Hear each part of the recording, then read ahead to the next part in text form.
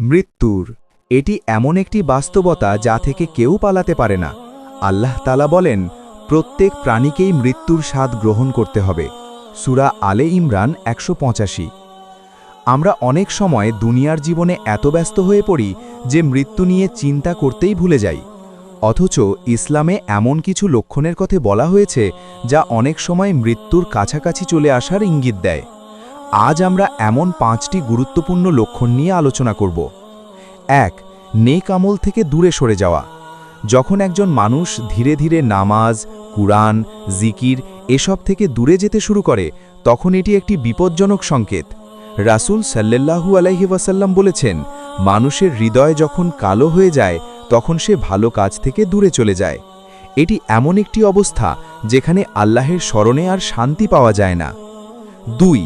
গুনাহকে স্বাভাবিক মনে হওয়া। যখন কেউ গুনাহ করতে করতে এতটাই অভ্যস্ত হয়ে যায় যে সে আর খারাপ মনে করে না, এটি খুব ভয়ঙ্কর লক্ষণ। প্রকাশ্যে গুনাহ এবং তাতে লজ্জাবোধ না থাকা ঈমান দুর্বল হওয়ার একটি বড় চিহ্ন। এই অবস্থায় মৃত্যু আসলে তা অত্যন্ত ভয়াবহ পরিণতির দিকে নিয়ে যেতে পারে। 3. হৃদয় কঠিন হয়ে যাওয়া। যখন কুরআন শুনেও চোখে পানি আসে না, দোয়া করলেও হৃদয় নরম হয় না, তখন বুঝতে হবে হৃদয় কঠিন হয়ে গেছে। এটি এমন একটি অবস্থা যা আল্লাহের রহমত থেকে দূরে থাকার ইঙ্গিত দেয়। আল্লাহ বলেন, তাদের হৃদয় পাথরের মতো কঠিন হয়ে গেছে। সূরা বাকারা। 4. ভালো কাজ করার সুযোগ না পাওয়া। কখনো দেখা যায় মানুষ ভালো কাজ করতে চায় কিন্তু সুযোগ পায় না বা বারবার বাধা আসে।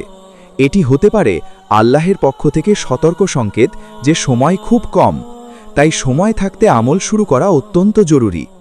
5. মৃত্যুর কথা একদম ভুলে যাওয়া।